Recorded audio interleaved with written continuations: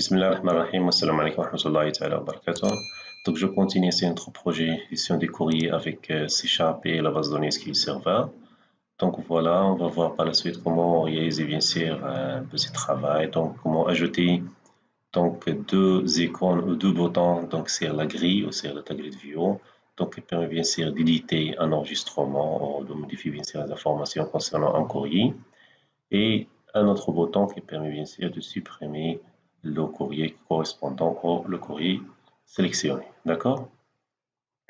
Bien sûr, on va voir comment ajouter bien sûr les deux boutons donc dynamiquement donc à l'aide du code et comment bien sûr ajouter donc on voit ici le curseur donc hand ou la main donc lorsque je vais survoler bien sûr ces deux boutons. D'accord?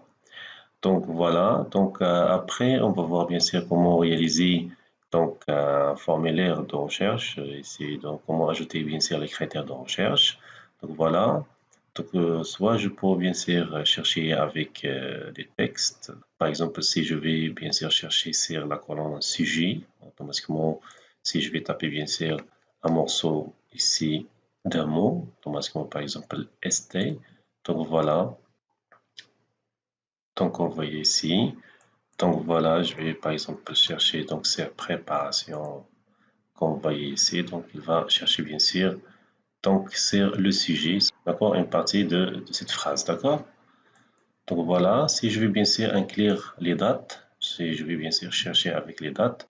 Donc, voilà, par exemple, je vais chercher ici sur 3-8 à 15-8 et je vais bien sûr activer chercher avec les dates et je clique ici sur OK.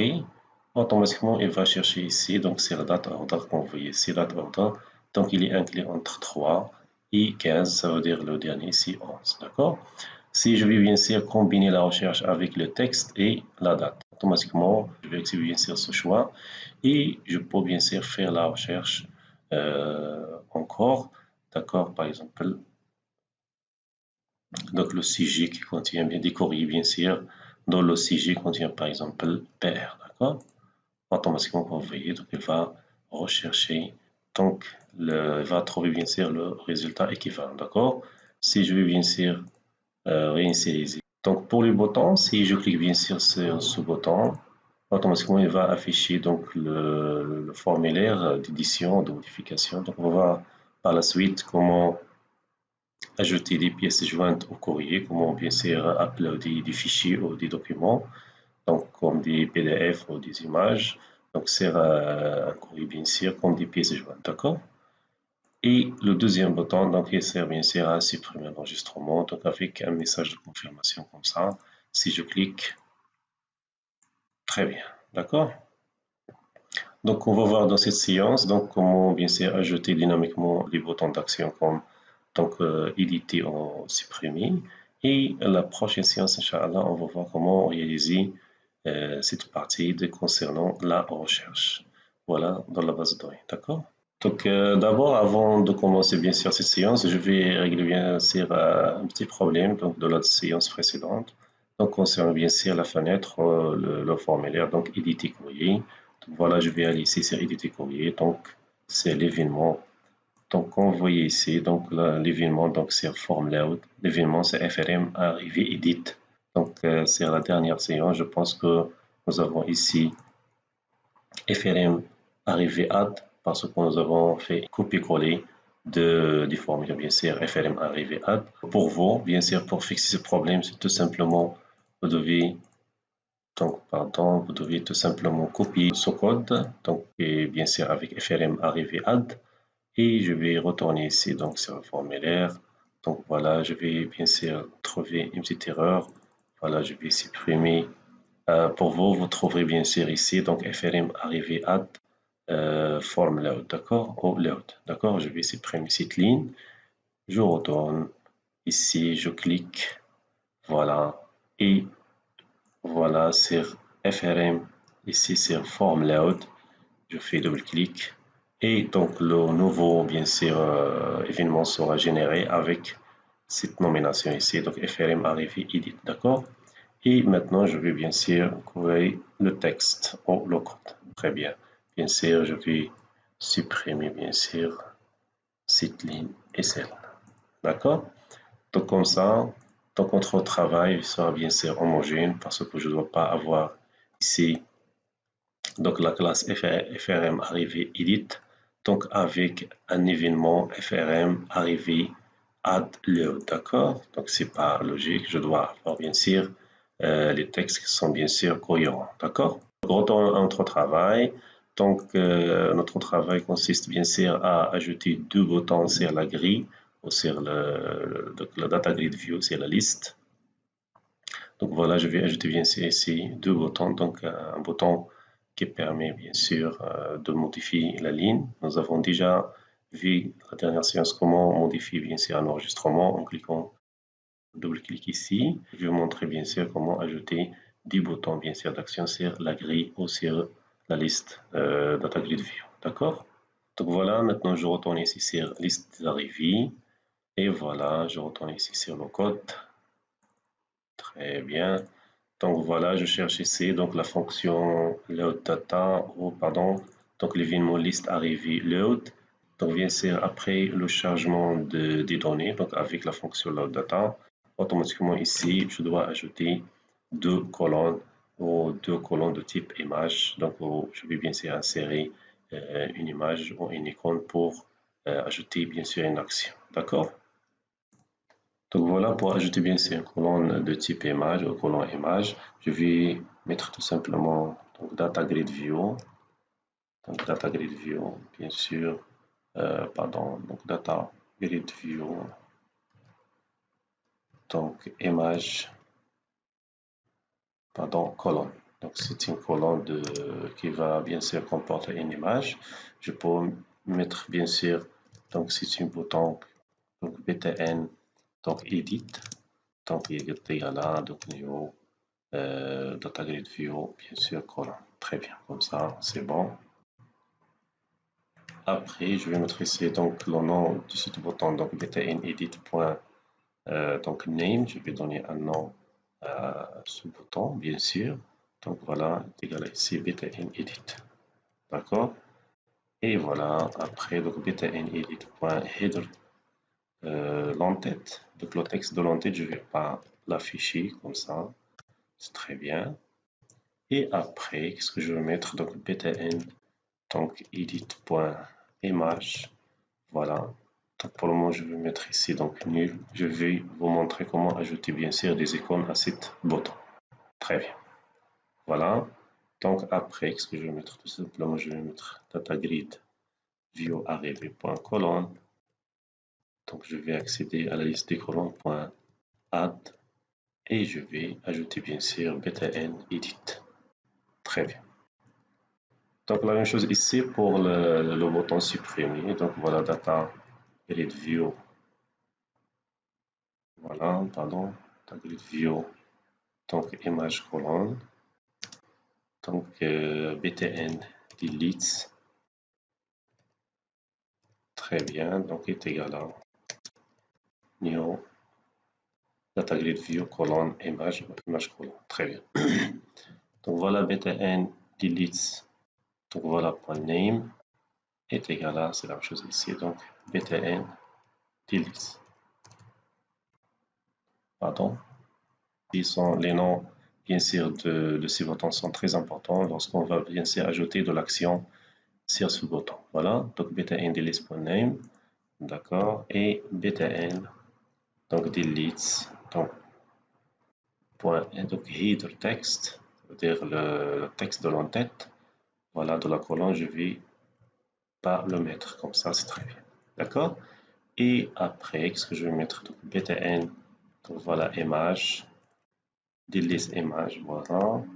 Donc est égal à nul pour le moment et je vais vous montrer comment ajouter bien sûr des images comme des écrans.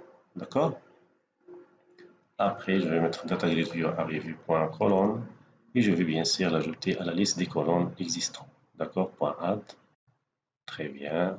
Et je vais mettre ici donc btn delete. Très bien. Voilà, c'est très bien. Donc voilà, donc la question qui se pose, pourquoi j'ai ajouté bien sûr donc ce code ici, donc après load data, d'accord? Donc si je vais ajouter bien sûr le code ici, dans cette partie, Donc, à chaque fois où je vais bien sûr recharger cette liste, automatiquement, donc les boutons seront créés, d'accord? Si je vais ajouter, rafraîchir bien sûr la première fois, ils seront ajoutés. Donc, la deuxième fois, ils sont ajoutés. Donc, je vais avoir bien sûr plusieurs boutons non gérables, d'accord? Donc, comme ça, donc après bien sûr le chargement des données, donc voilà, de l'actualisation de la liste, je vais ajouter bien sûr cette partie, d'accord? Ça veut dire ces formules ils seront chargés une seule fois au démarrage du formulaire et non à chaque fois à l'actualisation de la liste, d'accord? Donc maintenant, je vais vous montrer comment ajouter bien sûr, pardon, des images pour des icônes pour voilà ces boutons, d'accord? Donc voilà, je vais ajouter bien sûr ces images ou ces icônes comme des ressources. Je vais faire ici double-clic sur propriété du projet ici, comme vous voyez. Donc voilà, elle va afficher ici donc ressources. Et voilà, je vais tout simplement ajouter ici. Donc voilà, ajouter un fichier existant. D'accord?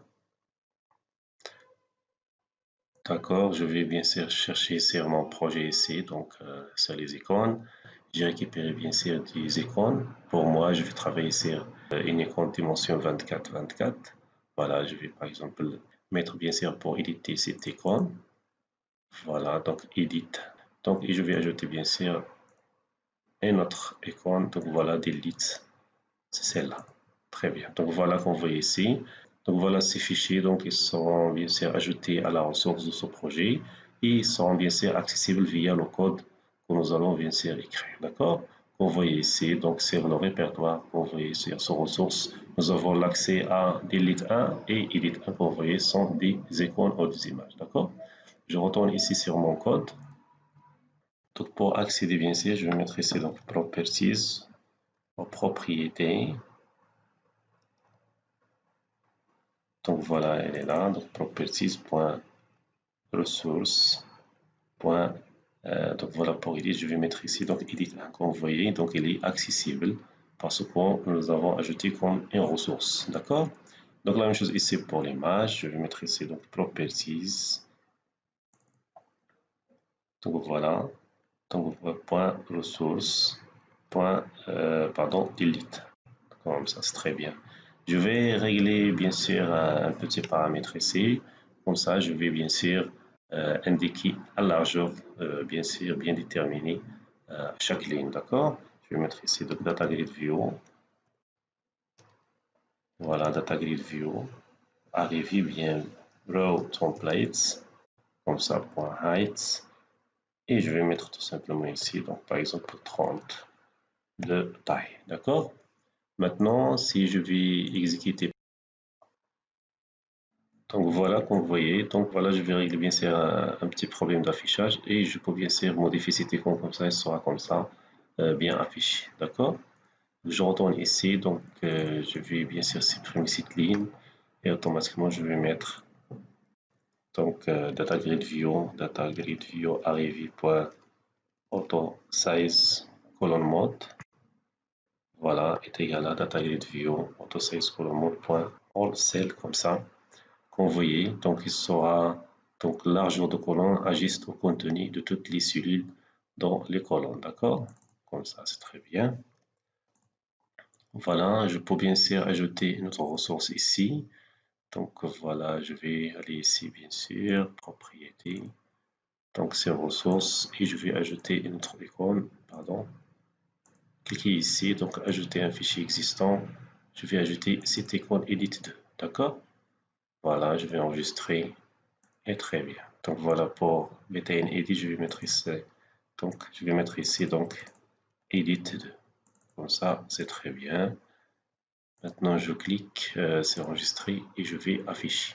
D'accord? Donc comme vous voyez, donc c'est très bien. Donc maintenant, il reste bien sûr à ajouter. Donc lorsque je vais approcher là sur ces deux boutons, donc voilà, je vais afficher ici donc un main ou hand. Comme ça, je vais signaler que ce bouton sera cliquable. D'accord? Donc voilà, je vais quitter ici et je retourne ici. Donc voilà, c'est un événement de la liste Data Grid View. Je clique ici sur Data Grid View et je vais chercher bien sûr un événement. Donc c'est le mouse Enter. D'accord? Donc, bien sûr, lorsque je vais entrer sur une cellule, automatiquement, je dois faire un traitement. Je vais bien sûr afficher le cursor hand sur ce bouton. D'accord? Donc, c'est le mouse enter et je fais ici double-clic. Comme ça, c'est très bien. Comme vous voyez, Data Grid View.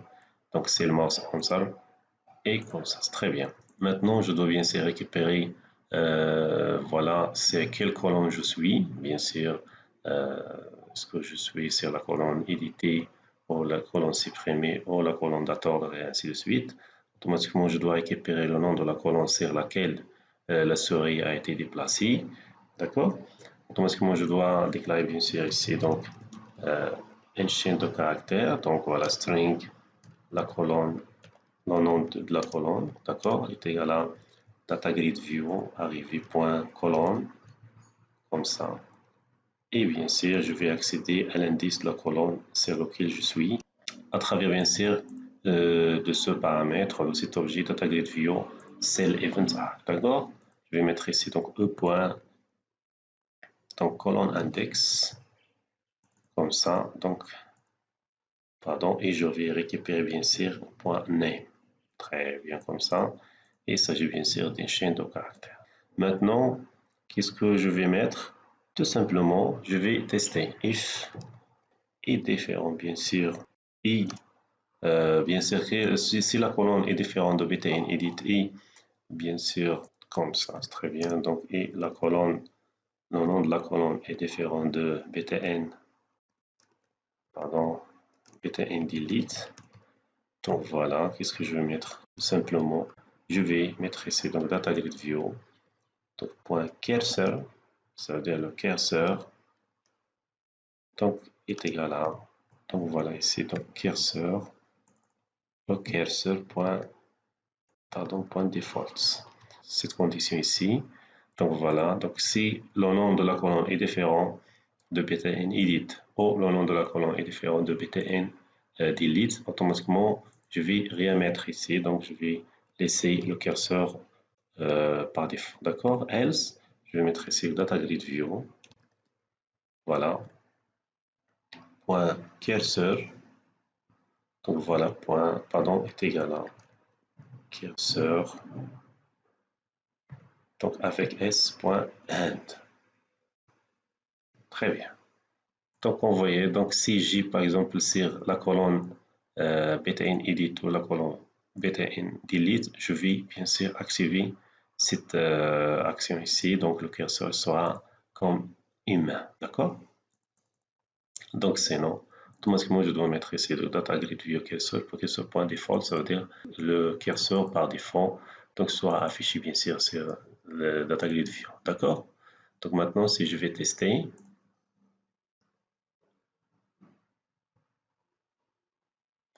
donc on voit ici le curseur il est normal. Voilà, si je me déplace ici, comme vous voyez, donc il a affiché donc la main comme ça. Je vais signaler que ce bouton il sera bien sûr cliquable. D'accord? Donc maintenant, comment je vais bien sûr déterminer l'action sur le site bouton et celle-là. D'accord? Donc voilà, je vais retourner bien sûr. Donc voilà, maintenant je vais retourner bien sûr sur liste des arrivées. Voilà, sur Data Grid View. Voilà, sur événement.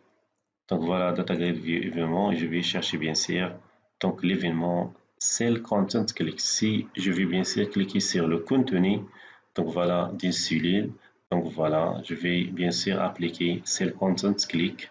Donc voilà, je vais accéder ici.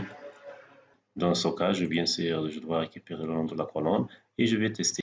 Donc voilà, si je clique bien sûr sur la colonne btn edit, je vais faire une action. Si je clique bien sûr sur le btn delete, je vais faire une autre action, d'accord?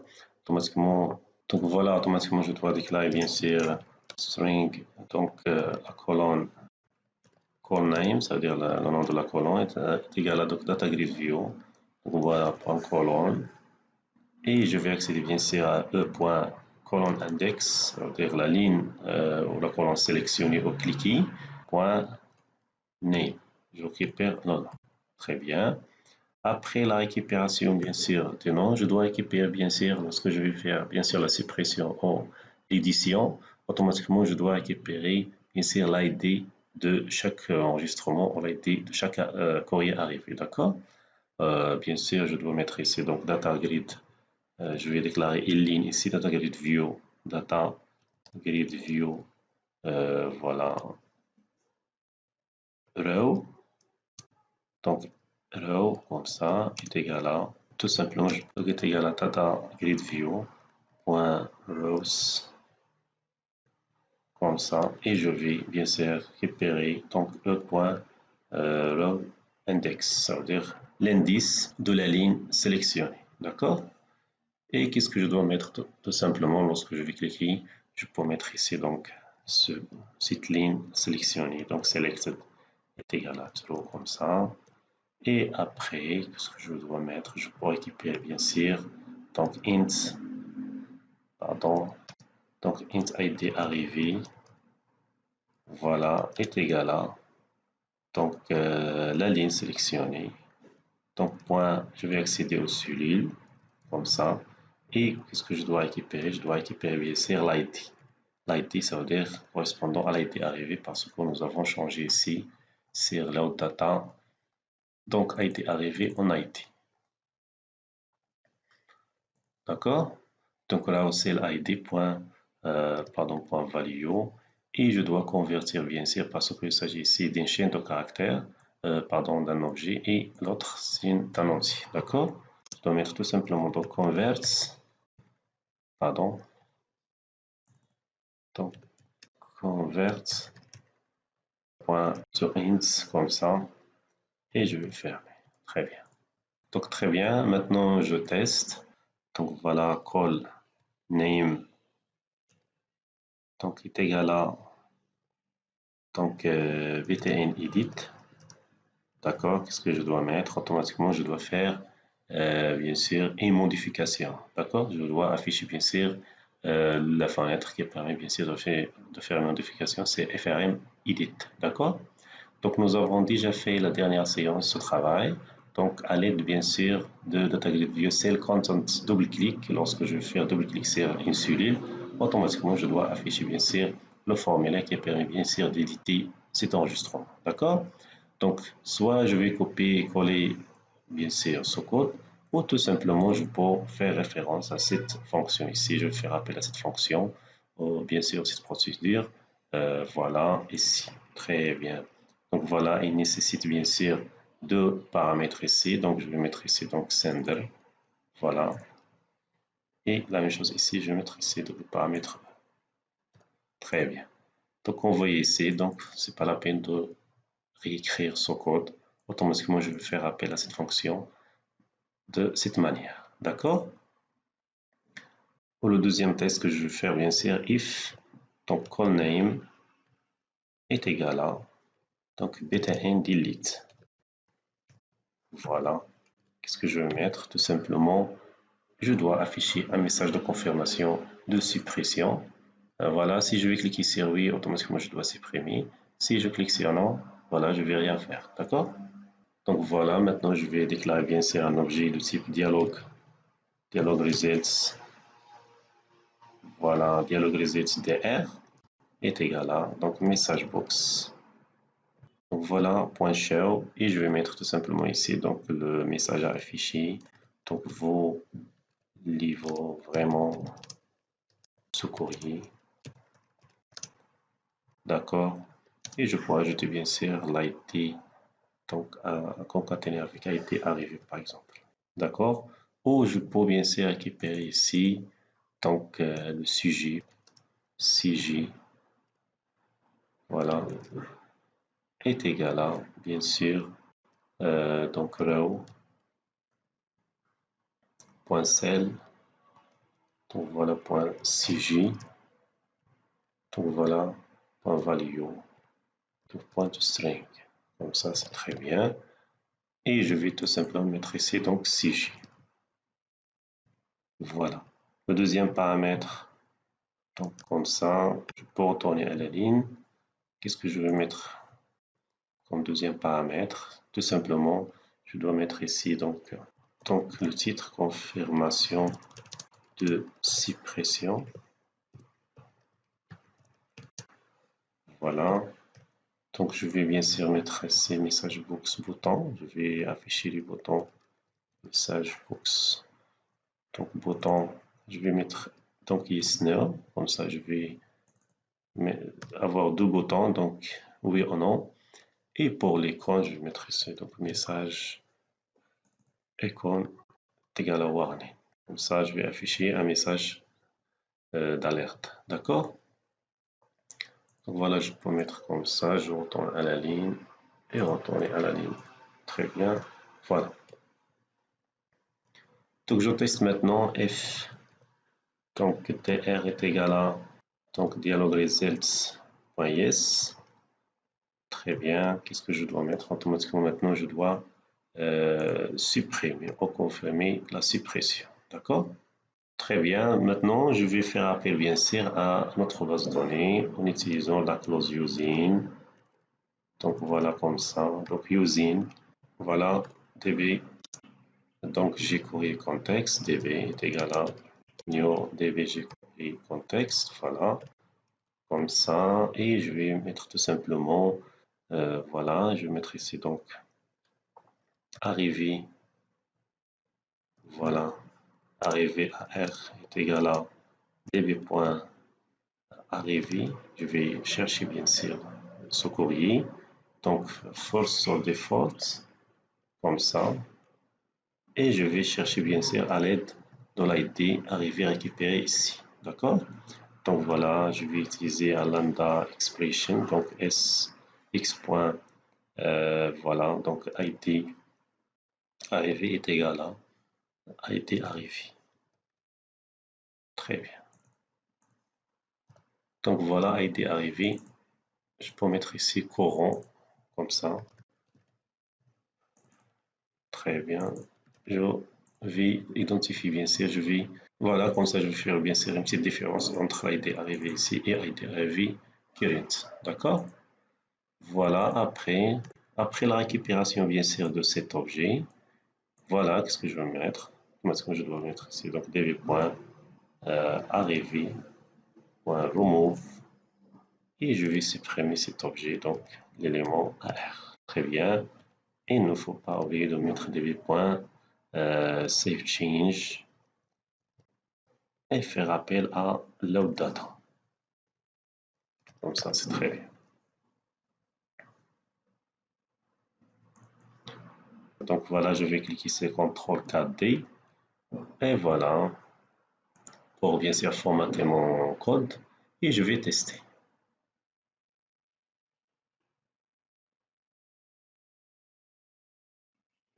Très bien, comme vous voyez ici, si je clique par exemple sur le bouton donc modifier, donc vous voyez, donc il est affiché directement. Donc voilà, très bien, et ainsi de suite. D'accord? Donc voilà, si je clique ici sur le bouton supprimer, par exemple, je clique ici, donc voilà, voulez-vous vraiment supprimer le courrier, donc courrier de test, c'est le sujet ici. Donc voilà, si je clique sur non, si rien a été affecté. Donc voilà, si je clique sur oui, je pense voilà que l'élément a été supprimé. D'accord? Donc voilà, je pense que je dois rectifier un petit peu ici. Donc voilà, parce que nous avons déjà un événement ici qui s'appelle donc, nous avons déjà l'événement Salesforce Answer. Donc j'ai oublié vraiment. Et nous avons ajouté, comme vous voyez ici, un autre événement Salesforce Answer. D'accord? Voilà, je vais supprimer celle-là. Et voilà, lorsque je clique ici, je dois avoir bien sûr des erreurs. Je vais supprimer cette ligne. Voilà. Je vais garder bien sûr un seul événement. Comme ça, si je clique ici, donc voilà. Donc, quelque chose, ça ne va pas ici.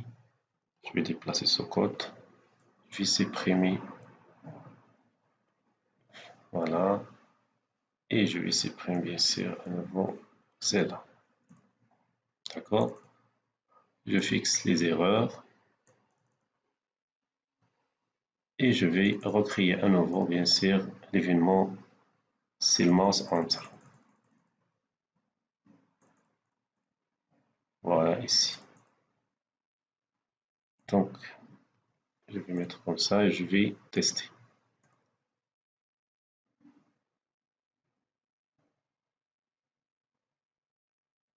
Très bien, comme vous voyez. Donc voilà. Et si je clique ici sur supprimer, voilà. Donc voilà comme résumé. Donc nous avons vu dans cette séance donc comment ajouter bien sûr le bouton qui permet de modifier et de supprimer. Bien sûr, modifier le curseur, ce que je viens d'entrer bien sûr c'est la cellule éditer et modifier.